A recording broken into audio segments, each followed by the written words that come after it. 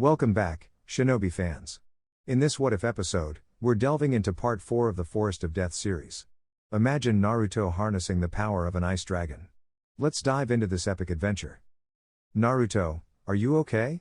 The young man asked with a blush on his face, extending his hand to help the green-haired girl get up. Fu, yes, I'm fine. Thank you for helping, she said, covering herself a bit as the pigs had almost torn her clothes apart. Naruto then sensed a presence within the girl that he recognized, so he smiled internally and pulled out a scroll, from which he revealed female clothes similar to what the girl was wearing, surprising her. Naruto, my name is Naruto Uzumaki Terumi. And yours? He said with a warm smile, causing the girl to blush. Fu, I'm Fu. Fu. My name is Fu, she said, also blushing. Naruto, after the exams, I'd like to talk with you and your inner tenant if it's not too much trouble, he said, surprising both Fu and her inner tenant. Fu, how did you know? She asked in amazement, while he just smiled. Naruto, you'll find out in due time. I'll be waiting for you after the exams, he said, disappearing into the trees, leaving Fu and her inner tenant speechless. Flashback, after the exams and the invasion. Naruto had arranged to meet at one of Konoha's training fields, where the red-haired girl was waiting. The girl arrived with a serious demeanor, seeking answers from Naruto, who indicated with a look for her to follow him. With caution, she followed his lead until they reached a clearing in the forest. Naruto, alright, I'll get straight to the point. I know you're the Jinchuriki of the Nanabi, whose true name is Chome, he said, astonishing the green-haired girl and her inner tenant. And I can also free it from inside you, he added, surprising her further. However, Chome, the Baijuu, was wary and asked her to create a clone so that it could communicate with Naruto.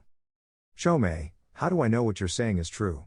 I know what you're capable of because of your Uzumaki blood, and I've heard from my siblings in Kiri, but... It said, and Naruto interrupted it with a raised hand. Naruto, I've done it before with Gaara. I was able to take Shukaku to another dimension where it can live in peace, he said, surprising both the Baijuu and its Jinchuriki. Chome, but why are you doing this? What do you gain from it? It asked with suspicion. Naruto, I know your history, how humans have treated you, and what happens if a Baijuu is extracted incorrectly from its Jinchuriki. I also understand what life can be like for a Jinchuriki, he said, making the green-haired girl sad. That's why I want to free you, give you a place where no one bothers you, and ensure no more Jinchuriki suffer from irrational hatred, he said, astonishing the Baijuu with his words. So, do you accept my offer? He asked seriously, and Fu and her Baijuu exchanged glances before smiling. Fu/Chome, we accept, they said simultaneously, making Naruto smile. The extraction was surprisingly easy, leaving both the girl and the Baijuu in awe. Shukaku appeared in the portal, living like a king, surprised to see one of its older siblings. Naruto then appeared and explained everything in detail. Once the seven-tailed Baijuu had disappeared into the portal, there was a moment of silence. Then, the green-haired girl tearfully hugged the red-haired boy, thanking him profusely for the immense favor. He calmly stroked her head with a soothing smile. The green-haired girl watched the scene with a huge vein on her forehead, wanting to confront the demon monkey as her own. However, she couldn't find the courage to reveal her feelings to the red-haired boy. The other female figure was the blonde young woman from Kumo, discreetly following the trio with a serious gaze. It's worth noting that none of them noticed her presence. The well-endowed blonde woman observed everything that was happening, all the while remembering the true reason for her stay. Flashback, 2 weeks before the start of the Chunin exams. The young blonde was summoned to the office by the current Raikage, named A tall and muscular man, extremely muscular, with dark skin. He was busy training with enormous weights while his assistant handled paperwork. When he noticed the blonde's presence. Samui, he called out, catching the blonde's attention.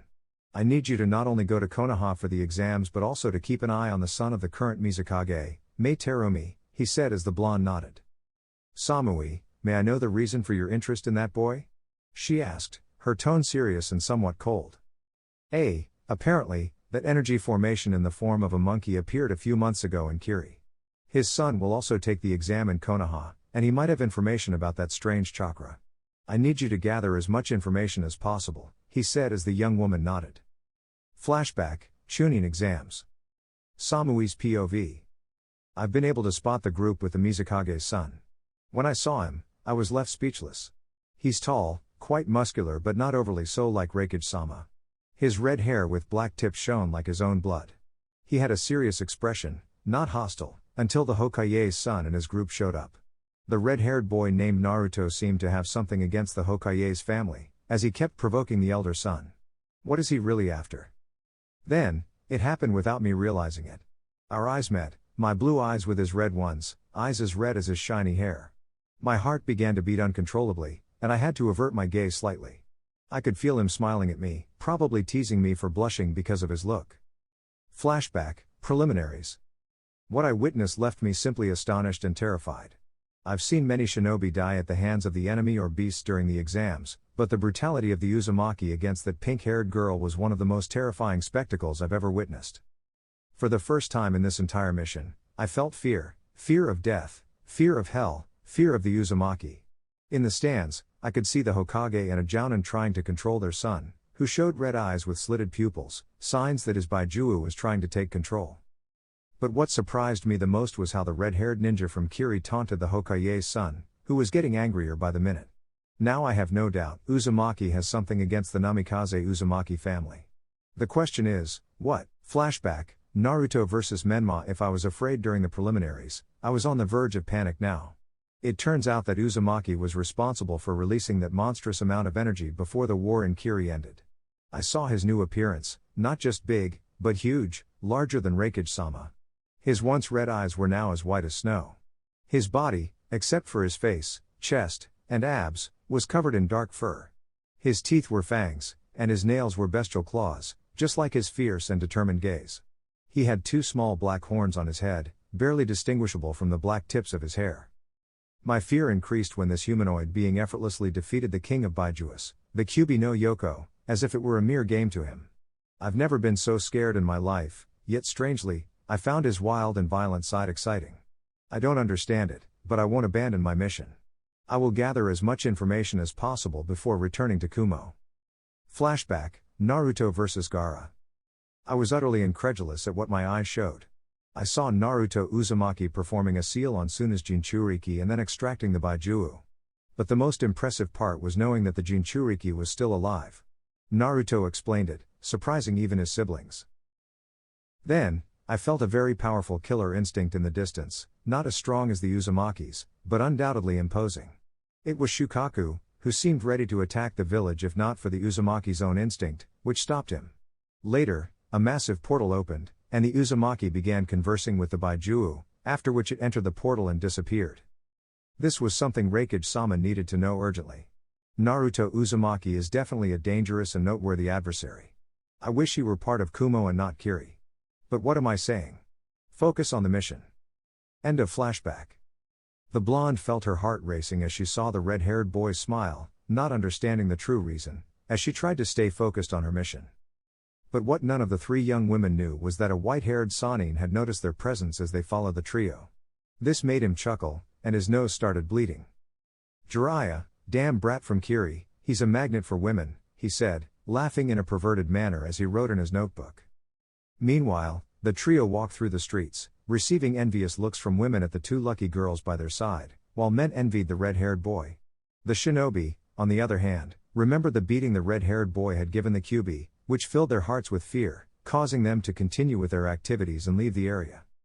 In Konoha's hospital, Minato was recovering with his wife and son, visited by Kakashi, the 3rd Hokage, Danzo, and the girls who were under Hinata-sensei's care, Kurenai Yuhi, a black-haired, red-eyed genjutsu expert, and one of the Hokage's Ambu, Yugao Uzuki, a kenjutsu expert second only to Kushina.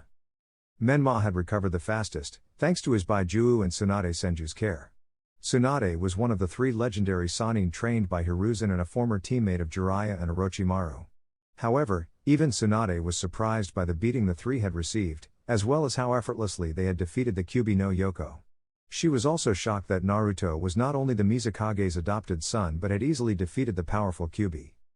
From atop the village walls, 2 figures in dark attire with black clouds and straw hats obscuring their faces observed the village. Person 1, nice village, doesn't it bring back memories? He said, showing shark-like teeth. Person 2, no, she replied dryly. Let's focus on the mission. Person 1, do you think we have a chance? The fourth's children are under 24-hour protection, and that ninja from Taki is under ambush surveillance, said the figure with shark-like teeth, his skin slightly bluish. Person 2, phew, but they exist, she said seriously. Let's go before they notice our presence, she continued, and both figures entered the village without being seen. Meanwhile, the trio went to a dengo stall at Haku's request since she had never tried them, and Hinata also felt like having some. Apparently, the two of them were starting to get along better. The Uzumaki and the Hyuga detected some unusual presences and scents that caught their attention, subtly signaling Haku to be cautious. They continued to act as if nothing had happened. Interestingly, Sasuke and his sister passed by the stall, and Haku noticed the red-haired boy eating with Hinata. She blushed quite a bit upon seeing him. "Hinata, Satsuki-chan." The Hyuga greeted her with a wave, and Satsuki returned the greeting. After all, they were great friends. "Satsuki, I see you're busy, Hinata-chan." "Hi, Naruto-kun, and," she said, looking at Yuki. "Naruto, Haku, her name is Haku," he said with a smile, blushing the ladies, as the four of them started talking animatedly. Sasuke, on the other hand, was getting impatient seeing his sister wasting time.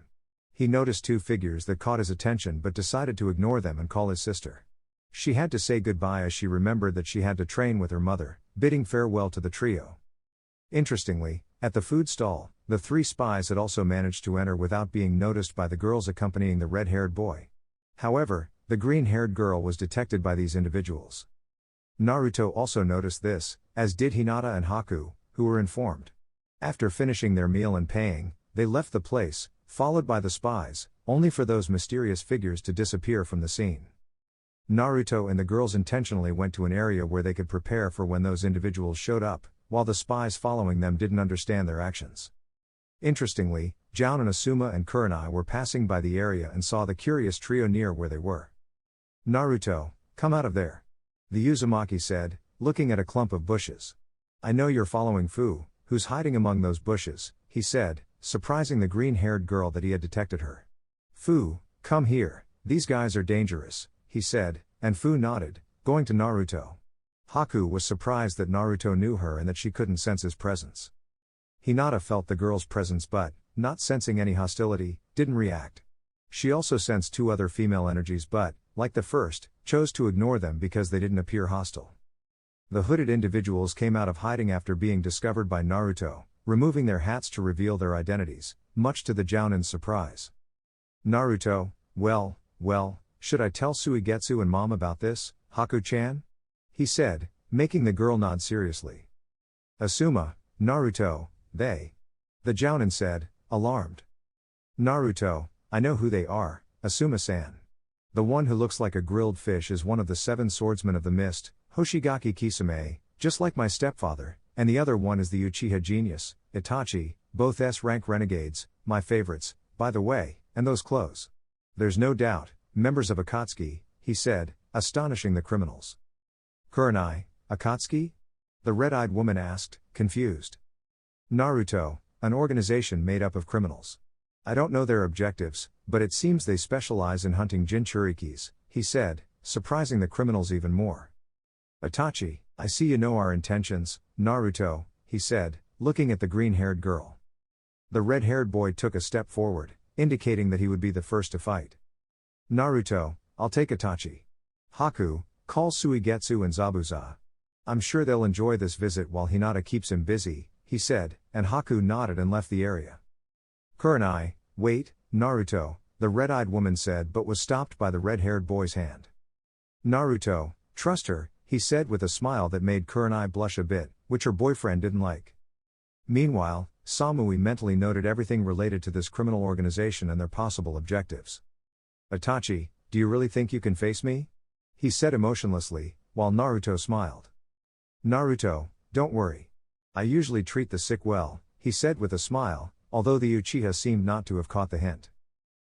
Hinata and her opponent both smiled as they prepared for their battle. "Kisame, be careful, young lady. Don't lose your tongue," he said with a grin. "Hinata, don't worry, start worrying when I skewer you and put you on the grill," she replied confidently, her face beaming, while detecting a strange scent coming from the renegade's sword. Naruto was the first to attack with his high-speed taijutsu, much to the surprise of Uchiha, who tried to trap him in his genjutsu but failed, leaving him completely astonished, just like his partner. Naruto, sorry, you'll need something more powerful, he said, delivering a kick that sent Uchiha flying while spitting out blood. At the same time, Naruto performed water release hand seals and unleashed several water dragons at the renegade. Hinata, on the other hand, was giving a tough time to the swordsman, who was trying to land a hit on her but failing. She attacked using her clan's taijutsu, already blocking some chakra points. Kurenai and Asuma watched in amazement as Hinata effortlessly posed a serious threat to an S-rank criminal, all with a big smile on her face. Hinata noticed that every time she struck the renegade's weapon, it made strange movements, as if in pain. This puzzled her, as did the peculiar odor emanating from the weapon. Meanwhile, Naruto continued to pummel Uchiha, and not even using Amaterasu could harm the Uzumaki. All of this was witnessed by Jounin and the former Taki Jinchuriki, who were impressed by the power these two possessed. But what could you expect from someone who defeated the Kyuubi and a girl who rivaled that same boy in strength? At that moment, Suigetsu, Chojuro, Haku, and Zabuza made their appearance, surprising Kisame, who was taken aback by Uzumaki's words. Kisame, damn, I didn't expect fellow swordsmen so soon, he said, grinning crazily as Hinata withdrew. Zabuza, we're not comrades, Kisame. You abandoned us when we asked for your help and when you attacked our demo, he said, preparing his sword. Kisame, let's see what you're capable of, he said, preparing his weapon. We'll see who is stronger, he added, with a mad smile on his face. Zabuza, I can't wait to prove who's the strongest, he said, showing his sharp teeth with a big smile before attacking his rival. All of this unfolded in front of the spectators, who were impressed by Zabuza's kenjutsu, as he gave the S-rank renegade ninja a tough time. Itachi, on the other hand, was on the ground, beaten by Uzumaki, who watched with crossed arms. The Uchiha got up, spitting out blood, with his Sharingan activated, wondering why he wasn't trapped in Tsukiyomi. Kisame was also receiving a beating from Zabuza, who had removed all the bandages from his opponent's weapon. It appeared that this thing was alive, resembling a porcupine with shark-like teeth and a bluish color. It seemed quite hurt from the thrashing it received from Momochi while its owner breathed heavily. Jiraiya watched in amazement as these two effortlessly subdued both criminals. The other girls, who remained hidden, watched in awe as the devil monkeys gave an S-rank criminal a beating, all while getting a little heated from seeing the red-haired guy in action. The same thing happened with the former Taki Jinchuriki when she saw Uzumaki in action. Her face turned bright red, and she had a silly smile. She was almost drooling, but she noticed it and quickly wiped her mouth. Itachi, realizing they didn't have much chance of winning, tried to use his dojutsu to escape with his partner. Then, a massive fireball headed towards Itachi, catching the attention of the red-haired guy. When he looked to see where the fireball came from, he found Itachi's younger brother, Sasuke Uchiha, staring at his brother with blind rage, his Sharingan activated. Sasuke was followed by his sister and mother, Mikoto Uchiha. They looked surprised by Itachi's actions and were concerned about his condition. Unlike the emo, they still cared about the raven-haired Uchiha. All they wanted was an explanation. The red-haired monkey watched the scene with some boredom but smiled slightly, seeing that part of Sasuke's family still cared about Itachi even after what he had done. Sasuke, Itachi, the younger Uchiha said with anger as his brother created a portal to escape with his partner. This did not go unnoticed by Uzumaki, who managed to place a tracking seal on Sasuke before the renegades disappeared through the portal, without Sasuke noticing. Kurenai, darn it, they've escaped, said an annoyed Yuhi, while Hinata looked at the red-haired monkey with a slight smile, as she could see what he had done. Suigetsu, you let him go, said the white-haired guy, earning a smile from his teammate. Naruto, for now, he said quietly with a smile. Well, girls, shall we continue our journey? He said to the group, surprising the green-haired girl, who nodded somewhat embarrassed as she approached the group. Well, let's go before it gets late, he said as they continued their march. Sasuke, stop right there, monkey. Sasuke shouted with extreme authority and arrogance, while the Jounin, spies, and Jiraiya looked at the Uchiha with shocked expressions. His mother and sister facepalmed, as it seemed he had completely forgotten what happened during the Chunin exams. I've seen you fight against Itachi. I demand that you teach me your techniques so I can defeat my brother. I'm an Uchiha, and I deserve it. The arrogant emo demanded, while the red-haired guy looked at him with boredom. This was in contrast to the others who were sweating, thinking that the Uzumaki would tear Sasuke in two. Naruto smiled wickedly and then suddenly appeared just 2 steps away from Sasuke, surprising everyone since he was with the girls about 50 meters away just a moment ago. Naruto, if you want to get stronger, he said with a friendly smile, go home and train. He said, delivering a punch that sent Sasuke flying through the air before landing in the Uchiha compound. Come on, girls, let's go, and I apologize for the damage to your property, Uchiha-san, he said, smiling cheerfully and making the older Uchiha, her daughter, and the spies blush. Even Kurenai blushed a bit, much to Asuma's annoyance. The rest of the evening was calm for the group of 4 girls. Fu and the other girls started talking among themselves and asked each other embarrassing questions related to the red-haired guy when he wasn't present. In the end, all 3 of them had one thing in common: they were attracted to the red-haired guy. It was already nighttime, and the girls were getting ready to go to sleep in their own homes. Fu was heading to her hotel room, but Uzumaki stopped her and told her to stay in his room. With Akatsuki nearby, he didn't want to take any risks. This surprised the green-haired girl, who initially wanted to refuse, but the red-haired guy insisted with a huge smile, which made her blush. In the end, she agreed to share a room with Yuki, who was smiling discreetly as she had many questions for her. Since the red-haired guy didn't feel like sleeping, even after consuming several bottles of strong sake and eating, he decided to take a nighttime stroll in the hope of getting tired. During his walk, he noticed that the same female presence was still following him. She didn't emit a hostile aura, but there was a sense of coldness and reservation about her.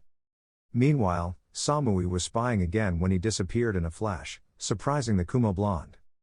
Naruto, why are you following me? He said, startling the Kumo blonde, who let out a cute kia as she fell on her butt. This made her blush a bit. The blonde girl composed herself but didn't seem willing to talk much, so Uzumaki sighed, somewhat tired. Naruto, I suppose it's a mission from the Raikage to spy on me, he said, surprising the blonde girl a bit. Well, I can't blame him. When you find out the Mizukage has an adopted son, it's not something to take lightly, he said, scratching his head. Listen, if you want, I can tell you everything you want to know tomorrow. After all, I won't leave for another 4 days, so there's time, okay? He said with a sincere smile that made the blonde girl blush a bit. Samui, all right, tomorrow at the ramen stand, she said, and then she disappeared from the spot. Naruto, as you wish, he said, returning to his hotel room. You should go back to your hotel too, Tamari, he said, looking at a shadowy area from which the blonde emerged with surprise on her face. Tamari, you detected me. Are you a censor? The Suna ninja asked curiously. Naruto, kind of, he said with a smile that made the blonde blush. Do you want to join me and the other girls tomorrow? We're sure to have a good time, he said, smiling as the blonde accepted the offer, and they both returned to their respective hotel rooms. The next day, Uzumaki, along with the girls, went to the ramen stand where they were met by the Kumo blonde and the Suna blonde, which surprised the Kumo girl as she wanted to get information from him alone. Naruto, you don't think I'd talk to a Kumo spy without taking precautions, do you? He said with a smile while the blonde huffed, somewhat annoyed. In reality, she wanted to be alone with Uzumaki, just like the other girls. The day was quite entertaining. The girls got to know each other better and learned more about Uzumaki. Even Samui smiled slightly as she was having fun with Naruto and the girls. Everything was going well until Menma arrived at the ramen stand with his mother. When Uzumaki made eye contact with his former family, he simply looked at them with boredom and continued talking to the girls. Kushina felt like her heart was breaking again, and a huge pain started to consume her, much greater than the beating she received from the red-haired guy. Menma looked quite upset at his brother, who seemed not to care about seeing their mother suffer. So, without much thought, he launched an attack on the red-haired guy, who easily knocked out the blonde with 2 stripes with a simple punch. Naruto, God, is someone going to show up every day to ruin my day? He said, getting up from his seat to stand in front of the red-haired girl.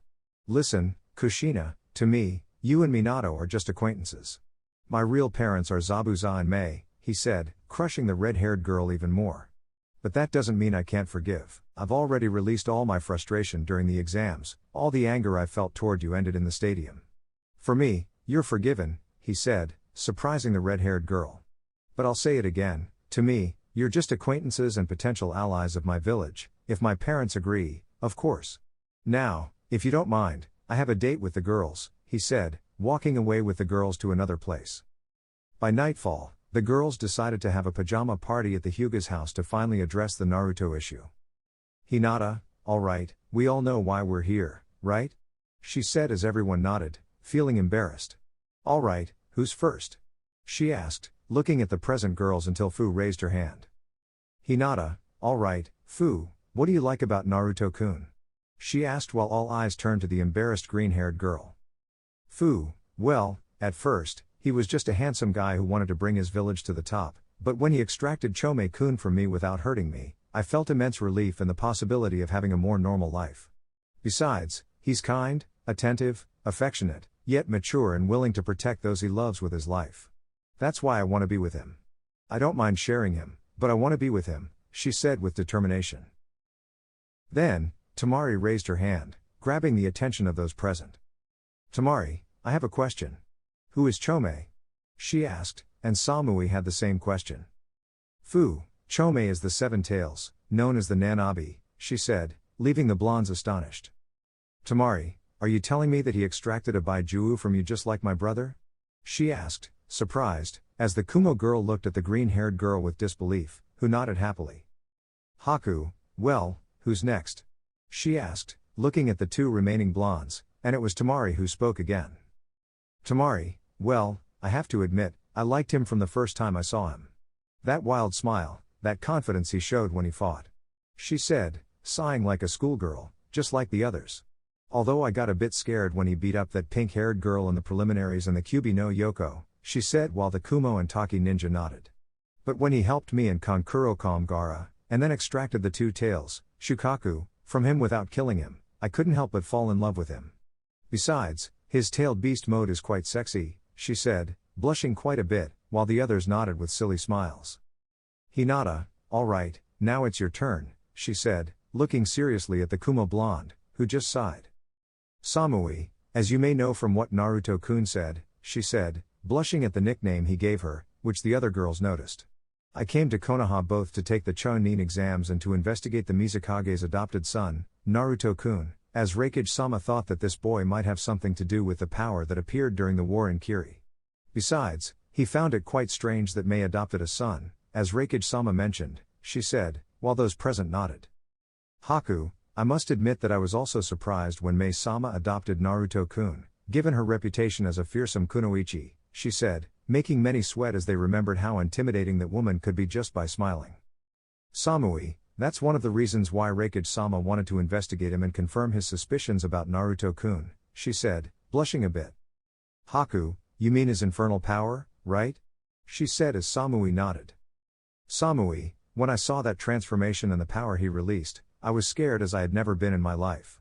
Although I have to agree with Tamari-san, he looks very handsome in that form, she said, quite blushing and with a slight smile, just like the others. As for what I like about him, she said, catching the lady's attention. It's his warm and comforting aura that makes you feel safe from any threat. Besides, his maturity, despite always maintaining a charming smile, he knows when to be serious if the situation requires it. His desire to protect the people he loves is something that attracted me to him, she said, touching her chest, which was beating strongly. Hinata smiled sweetly and then stood up from her seat, grabbing everyone's attention. Hinata, I believe it's settled, she said, drawing the attention of the other women. Since Naruto-kun and Haku-chan will be leaving for Kiri in a few days, I propose the following plan, she said, while all the girls listened attentively to the Hyuga. On the other hand, Uzumaki had left a bar after drinking many bottles of sake and eating an enormous amount of meat, accompanied by Chojuro and Suigetsu, and the three of them were chatting animatedly. Well, if it isn't the sadistic monkey-kun, said a dark-haired girl who jumped towards the red-haired guy, who ended up being embraced by the young girl. Anko, let go of the Mizukage's son before you get into trouble, said a blue-haired girl, earning a pout from her friend, while at the back, Kurenai facepalmed at her friend's behavior. Anko, no, Yugao-chan, I must thank the monkey for locking up that awful child predator in jail forever. She said, hugging the redhead who looked puzzled. Naruto, I remember you, you're the jounin from the early exams, he said as she nodded. I can see you have something very painful on your neck. He surprised the girls and Mitarashi by mentioning the red mark. You know, I'm a master of Fuinjutsu. If you want, I can try to remove it. He left the three Kanoikas in shock. Anko, really? She said, incredulous about what she was hearing. Naruto, of course, and I have another girl with the same mark. I could try to remove them from both of you if you'd like. He said with a smile, receiving a hug from the purple-haired girl who was crying on the redhead's shoulder. I suppose that's a yes. Chojuro, Suigetsu, let's prepare this girl. If you two want to come, you're more than welcome. You'll see I mean no harm, he said, and the two Kanoikas nodded. The group headed to the hotel where Naruto and his team were staying. His adoptive parents were there, and Naruto explained the situation with the purple-haired girl's mark, identical to the redhead's. They prepared a room with 2 beds for the patients. Naruto, lie down, Anko-chan, he said as he turned face down to better show the mark. Wait here until I bring the other girl, he said before leaving the room. After a few minutes, Naruto returned with the red-haired girl, along with Chojuro and Suigetsu. The young woman was tied up, trying to escape and had a plastic gag in her mouth, screaming aggressively and senseless things. The Kanoikas were quite concerned when they saw the tied and gagged girl. Naruto, we had no other choice. She bit Chojuro, he said as Chojuro blew on his hand to ease the pain. Besides, she has a really dirty mouth. I've never heard so many curses in such a short time, and she almost deafened me with her screaming, Suigetsu added, cleaning his ears. MMMPHHH. The young girl continued to scream aggressively, trying to escape from the bed she was tied to. Naruto, alright, here we go. Naruto created a clone to deal with the red-haired girl while the original treated Anko. Are you ready? He asked, and she nodded. Naruto began to concentrate chakra and demonic power in his hands and then placed his hands on the backs of both girls. They felt a surge of energy as he touched them, even calming the red-haired girl from auto. He concentrated more energy in his hands, performed seals quickly, and placed his hand on the marks of both young women. Naruto/clone, Uzumaki clan sealing art, release of impure souls. He said, concentrating a large amount of energy on the marks and then pulling back, revealing a whitish serpent-like figure with a sinister face, the soul of Orochimaru. The onlookers, including Terumi and her husband, who wanted to witness the extraction, watched in disgust as the figure writhed in Naruto's hands, who looked at them with a wicked smile. Danzo was also present and felt repulsed by what came out of the girls. Naruto, goodbye, he said in his demonic voice before crushing the serpents with his hands, making them disappear in the air along with the marks on both women. They fell unconscious, and Mitarashi had a happy expression. In Konoha's prison, the snake Sanin pedophile writhed on the floor in pain, spitting blood from his mouth, drawing the guards' attention.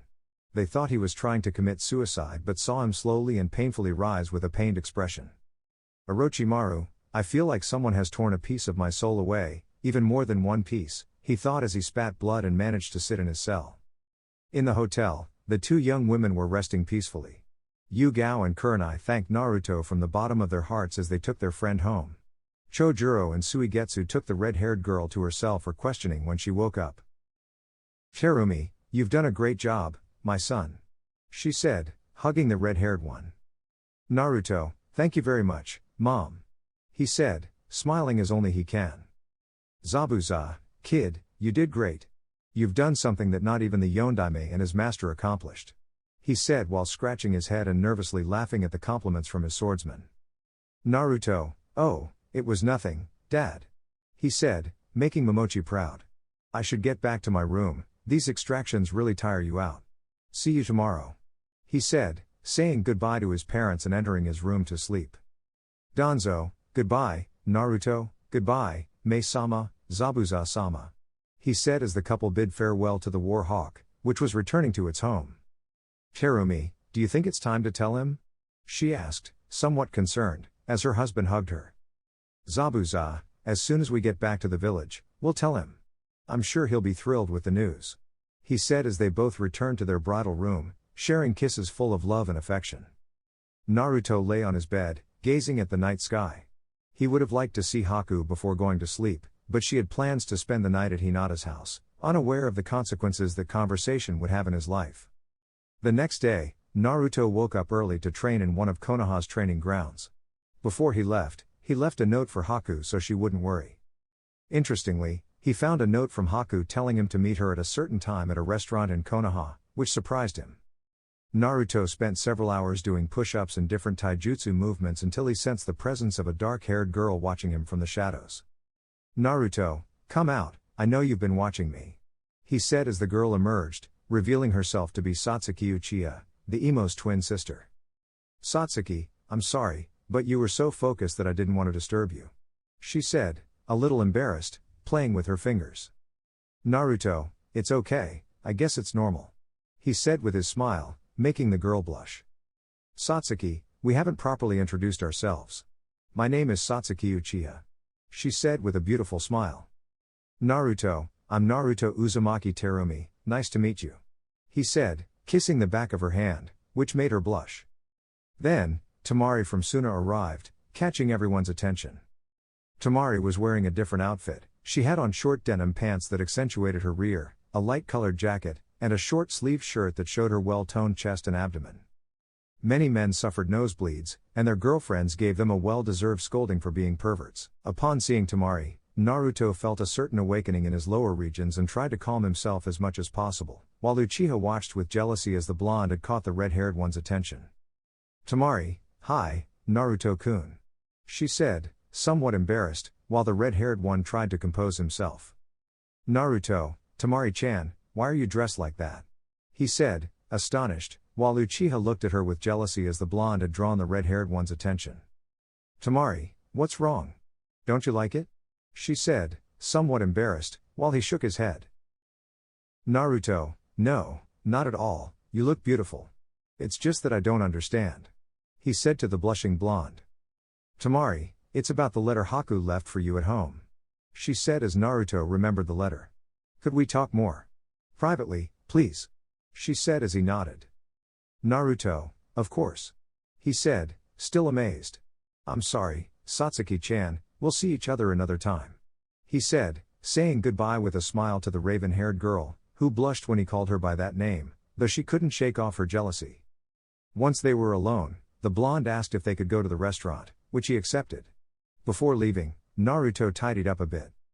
He wasn't in a tuxedo, but he looked presentable enough for Tamari, and they both went to the restaurant to eat while chatting animatedly, making sure to keep any perverts at bay with their glances. What neither of them knew was that Hinata and Haku were observing the scene from a distance, hoping everything would go well. By late afternoon, Naruto decided to speak. Naruto, Tamari. He said, catching the blonde's attention. Why did we do this with just you and me? He surprised the girl, who sighed before speaking. Tamari, all right, after all, it was Haku-chan and Hinata-chan who came up with the idea. She said, surprising the red-haired one, who decided to listen to the Kunoichi's story. Flashback. Hinata, the plan is simple, each of us will have a date with Naruto-kun to reveal our feelings to him. She impressed those present. Fu, do you think it's a good idea? I mean, it's true he's in the CRA, but... Haku, because this will be the last time we see each other for a long time until I convince Mei-san to let us be together again. She said as the girls felt downcast. Hinata, plus, Naruto-kun has the right to know how we feel about him, whether he accepts us or rejects us. But he has to know, or we'll regret it for the rest of our lives. She said, and the girls looked determined. Haku, all right, then. She said, taking out a small box. In this box, there are 4 little papers with numbers. The one who draws number 1 will be the first to go on a date with Naruto-kun, and so on until number 4, which is the last. Are you all in agreement? She asked as they all nodded with determination. End of flashback. Naruto was impressed by what the girls had done to confess their feelings to him. Then, the red-haired one hugged the blonde, who blushed at the gesture, and then looked at him. Naruto, thank you so much for feeling that way about me. He said and then looked at the blonde. I love you, Tamari-chan. He said, surprising the blonde, who started shedding tears of happiness. Tamari, I love you too, Naruto-kun, she said, and they both kissed each other shyly, with passion but without crossing the line to carnal desire. Hinata, watching from a distance, felt somewhat jealous as she saw them kissing, and what was worse, she had drawn the second to last number. Haku, relax, all of you will have your moment with him. She said as Hinata clenched her fists, eager to take action. Hinata, maybe I should talk to Dad, or Hanabi, or our cousin Neji. He's usually willing to listen. She said while shivers ran down Yuki's spine. In the Hyuga residence, those mentioned by the pearl-eyed girl felt impending doom. Hyashi/Hanabi/Neji, why do I feel like I'm going to die a horrible death? They thought, trembling in fear. After the couple finished their kiss, they gazed at each other with happy smiles. Naruto, I guess I'll have to look handsome again tomorrow. He said, and the blonde from Suna nodded. Who's next? He asked curiously as the blonde shook her finger. Tamari, surprise, Naruto-kun. She said, stepping away from his embrace. Until tomorrow. She added, entering her room as the redhead also said his goodbyes. When the blonde entered the room, she found her two brothers staring at her as if she were the most interesting thing in the world. Tamari, what are you looking at? She said, somewhat intimidated by their gaze. Gara, we saw the whole date. He said, blushing to extreme levels and leaving the blonde at a loss. Kankuro, congratulations, Tamari. Maybe now you won't be so grumpy. He said, receiving a beating from his older sister while the redhead enjoyed his breakfast, and his brother writhed and screamed in terror. The next day, Uzumaki waited in the same place where he waited for Tamari yesterday, only to be left speechless by what he saw. Now, it was Fu who walked provocatively, her attire resembling Nico Robin's after the 3-year separation, but green. The redhead was flabbergasted by the sight of such beauty going out with him, while many men suffered nosebleeds and were pummeled by their girlfriends and wives for being perverts. Fu, ho! How do I look, Naruto-kun? She asked, quite blushing, as Naruto regained his composure. Naruto, you look beautiful. He said, making the green-haired girl blush even more. Fu, ca. Can we go inside the restaurant, please? She asked, feeling embarrassed about her attire. Naruto, of course. He said, gently taking her hand as they entered the restaurant. From a distance, the girls, except for Samui, who was choosing her outfit for her date with Tamari, watched as everything unfolded without any hiccups. Haku, it looks like Fu has made a big impression on Naruto-kun. She said, observing the interaction from a distance. Hinata, I'm really impressed. You're great at picking outfits for outings. Haku, I had to help my friends from Kiri surprise their guys, and Mei-san is really good at choosing clothes. She said with a smile, while Hinata smiled back. Hinata, I just hope my dress isn't too provocative. She thought, feeling somewhat embarrassed. On the other hand, Team 10 was training as usual, where everyone noticed Neiji's dejected and almost lifeless tone, as if he had seen a ghost. Neiji, I won't look again, I won't look again, he kept saying repeatedly, while his team members didn't understand. Flashback, morning in the Hyuga residence. Neiji was getting ready to train in the dojo, but not before going to Hinata's room to wake her up so she could train too. Flashback. The couple really enjoyed their date. At first, the green-haired girl felt quite embarrassed about her outfit, but she soon started smiling and having fun with the red-haired guy after visiting different places in the village. Some of these places were familiar to them, while others were new, even for the Uzumaki. But what truly mattered was that they were together, enjoying that wonderful day. At the end of the day, they said goodbye with a loving and tender kiss, both smiling happily, knowing they loved each other deeply. Naruto, I love you, Fu-chan, the red-haired guy said with a smile. Fu, I love you too, Naruto-kun, the young girl replied, kissing her boyfriend again before parting ways. Naruto, who would have thought I'd end up falling in love with 3 beautiful angels? And there's still Samui-chan and Hinata-chan, he said with a smile. I guess I'll go rest for tomorrow, he added, heading to his room to sleep when his mother suddenly appeared. Mei, Naruto, the orange-haired woman said, stopping her godson.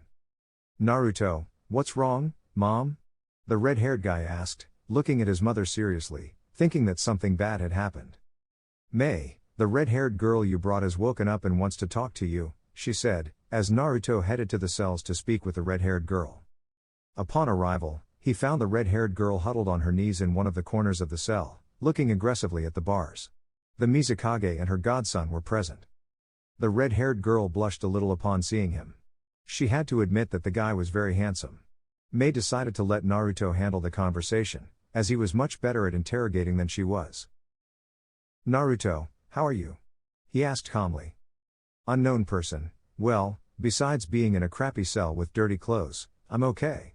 They said somewhat sarcastically. Uzumaki took out a scroll with a puff of smoke, revealing various types of women's clothing. Naruto, I don't know what kind of clothes you like, so you can choose from these. He said with a nervous smile, making the red-haired person blush. Unknown person, why do you have me locked up here? They asked, catching the attention of the red-haired one. Naruto, usually, I'm the one asking questions, you know. He said, sitting on a bench in the cell. But if you want to know the reason, It's simple, your hair. He said, looking puzzled at the red-haired person. Unknown person, my hair? They said, confused. Naruto, you see, red hair is a distinctive trait of the Uzumaki clan. That's why I brought you here to find out if you're an Uzumaki like me. But for that, I'll need to know something about your past. The red-haired person looked at him with a furrowed brow. Unknown person, my name is Tuya. I don't know my last name, nor my parents. I was raised by the people of Oto until we were attacked, and I survived. That's when Orochimaru found me, trained me, and marked me with that seal you removed, which I must admit was impressive. Tuya said, still amazed by that fact. Naruto, I understand. The blonde said, resting his chin on his hands. Why did you attack my comrades the other day? He asked, curious. Tuya, I guess it was because of the curse mark that attracted me to that pedophile snake. She said with disgust, a feeling noticed by Naruto. Naruto, it seems you really dislike Orochimaru. Naruto said curiously. Tuya, that pig only wanted me as a disposable weapon, he put me with perverts who tried to violate me. And to top it off, I found out he was the one who attacked the village that took me in and now has it enslaved, along with the whole land of rice. She said, clenching her fists in anger and hatred. Uzumaki placed a hand on the young woman's shoulder, giving her that warm and secure feeling she had felt the day the pedophile's soul was forever extracted. Naruto, I understand you're angry with that pedophile snake and want revenge, but hatred will only lead you to suffer more than you already have in your life. Trust me, I've seen many shinobi die and lose everything because of hatred. He said, getting up. If you want, you can join Kiri, but hurry, we'll leave in a few days. He said, leaving Tuya impressed. Tuya, wait, she said, stopping Naruto. Thank you. For everything. She said, looking away. Then, Chojuro appeared with the DNA test results, which the red-haired one began to read right there, and later, she smiled. Naruto, good news, Tuya-chan, he said, blushing the red-haired girl with that affectionate suffix while showing her the test results. You're an official member of the Uzumaki clan, he said, smiling in a way that only he could, making Tuya blush even more. By the way, I haven't properly introduced myself. I'm Naruto Uzumaki Terumi, the official leader of the Uzumaki clan, and I want you to know that you're more than welcome in our family, he said, surprising Tuya, who couldn't handle all the generosity and kindness in one day from one man. Without warning, the young woman hugged the redhead while crying on his chest, releasing all her frustration and pain accumulated over the years. Tuya, thank you, thank you, thank you, she said while he gently stroked her hair, showing a warm smile. A few minutes passed, and the young woman fell asleep and was taken to the room she had rented, followed by her mother, who had witnessed everything. May, you know you'll have to inform Kushina, right? She said, and he nodded. Naruto, now she's part of my family, and it will be her decision to live in Kiri or Konoha. If they try to force her to live here, they'll have a war with my clan, and you don't mess with the Uzumaki, he said with determination, clenching his fist, making his mother and Tuya smile. Tuya pretended to be asleep but ended up falling asleep with a blush on her face. The next day, Naruto headed for his date with the next girl who had fallen in love with him, Hinata. She was wearing a very provocative dress that almost drove Naruto crazy.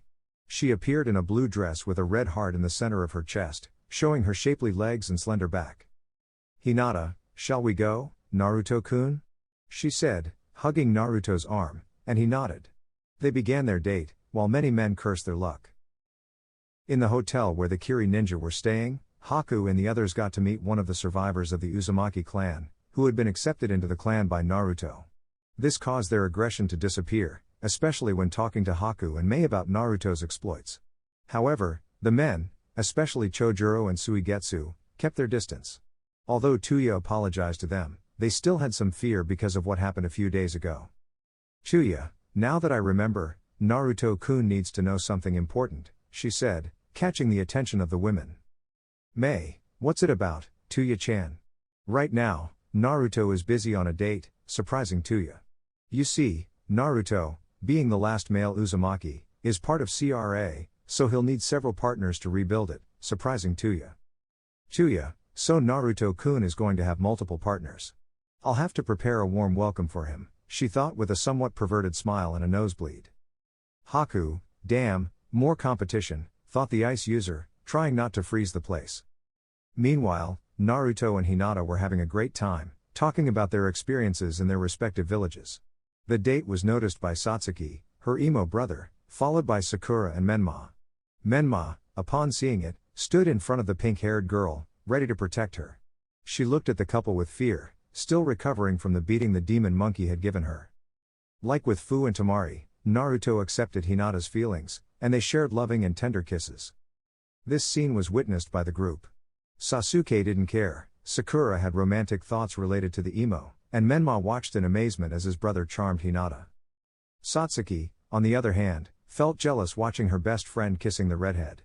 But then she smiled, somewhat blushing, remembering Naruto's situation, which gave her a weird feeling about her brother's reaction when he saw her with that goofy grin on her face. By nightfall, Hinata bid farewell to Naruto when she suddenly ran into her friend, Satsuki. "Hinata, Satsuki-chan," said the surprised Hyuga when she saw her friend. "Satsuki, can we talk in private?" she asked with a slight blush on her face as the Hyuga nodded, and the two entered the Hyuga clan's compound. Meanwhile, Naruto met with his grandfather again, who wanted to talk to him privately, and judging by his seriousness, it seemed quite important. In the Hyuga compound, Hinata had heard what her friend Uchiha had to say while crossing her arms. "Hinata, all right, but this is something we should discuss with Haku-chan and the others," she said as the Uchiha nodded, somewhat blushing. "But you know it also depends on Naruto-kun. Do you understand that, right?" she said while her friend nodded. "Satsuki, I'm willing to accept his answer, whether it's a yes or a no," she said determinedly as Hinata smiled at her friend's determination.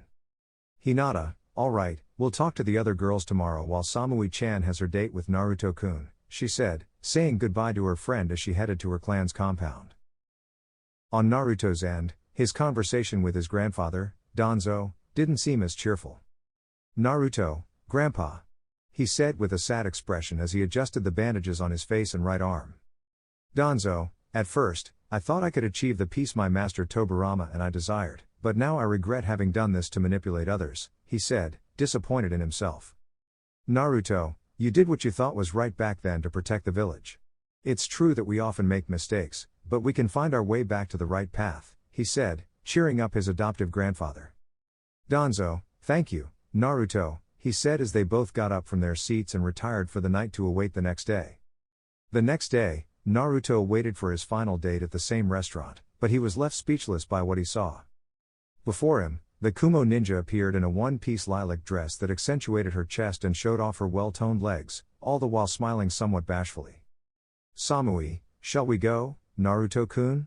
she said, and the young man nodded as they began their date.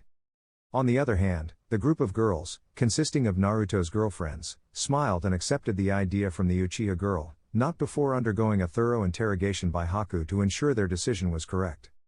"Haku, all right, but we're returning to Kiri tomorrow. Mei-san can't be away for too long," she said, slightly disheartening the girls. "But don't worry, Mei-san has everything prepared for us to meet again in Kiri in a month," she said, brightening up the girls with her announcement. The date between Samui and Naruto was a bit calmer than the previous ones, given Samui's personality. But gradually, she opened up, and they talked, laughed, and shared stories of their lives while having fun, going from one place to another. Finally, the blonde declared her feelings to the redhead, who reciprocated with a loving and tender kiss. "Naruto, thank you for loving me, Samui-chan," he said with a smile. "Samui, thank you too, Naruto-kun," she said, sweetly caressing her boyfriend. "I just hope Raikage-sama won't get angry when he receives the report," she said, a bit worried, as her leader had quite a temper. "Naruto, he's a very strong and fast man, from what my mom told me," he said, curious. "Samui, that's true, but to be honest, you surpass him," she said, hugging him after giving him a tender kiss on the lips. "Naruto, still, I'm curious to see what he's capable of, just like Tsunade Senju. I've heard she has monstrous strength. I'd like to fight them," he said, surprising his Kumo girlfriend. "Samui, are you serious?" she said, amazed. "Naruto, of course.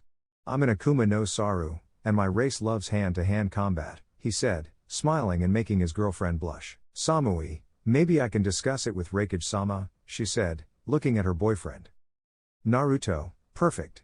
Anyway, I'll notify my mom to organize a fight in our village," he said, as they both walked toward their respective hotels. "Samui, I can't wait to see you in action again, my love," she said, giving her boyfriend a sweet kiss. Naruto, thanks, dear, he said, returning the kiss. The next day, the group from Kiri bid farewell to Danzo, Hinata, and Satsuki. The latter two knew what would happen in a month in the village of Kiri. Meanwhile, Naruto was a bit sad to say goodbye to his girlfriends, but he knew he would see them again soon. Haku comforted him, which sparked jealous looks from Tuya. May, well, what will you do this month before your fight, Naruto? His mother asked, watching him smile. Naruto, isn't it obvious? He said with a somewhat sinister smile. I'll go save my family with Tuya-chan from that pedophile snake, he said, remembering what Tuya, the red-haired Uzumaki, had told him last night. Tuya-chan, what do you know about her? He asked, making Tuya blush. Tuya, not much, really. I just know her name is Karen Uzumaki, typical red hair, and she's in charge of guarding one of Orochimaru's hideouts, specifically in the eastern part of the continent, she said, surprising those present.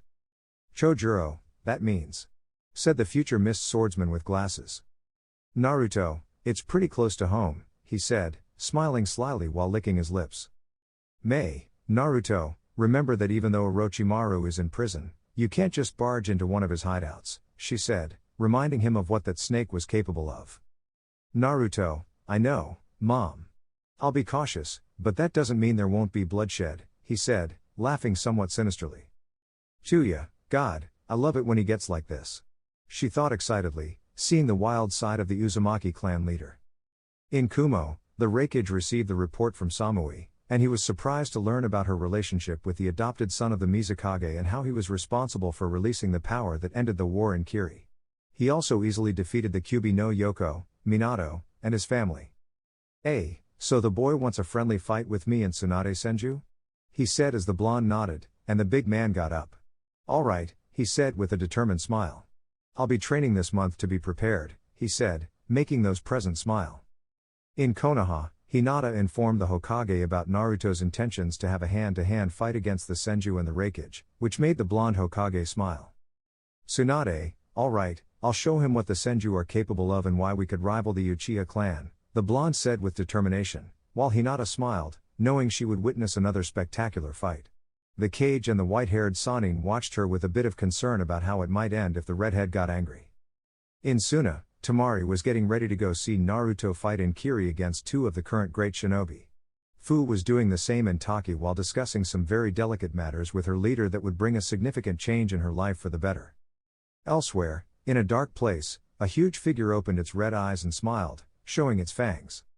Unknown figure, this scent, yes, there's no doubt, they've returned, he said as he began to laugh, catching the attention of the other beings. It's time to exact our vengeance, he said as the creatures roared in a bloodthirsty manner. Those monkeys will pay for what they did, said the male entity, his voice sounding demented and filled with a thirst for blood.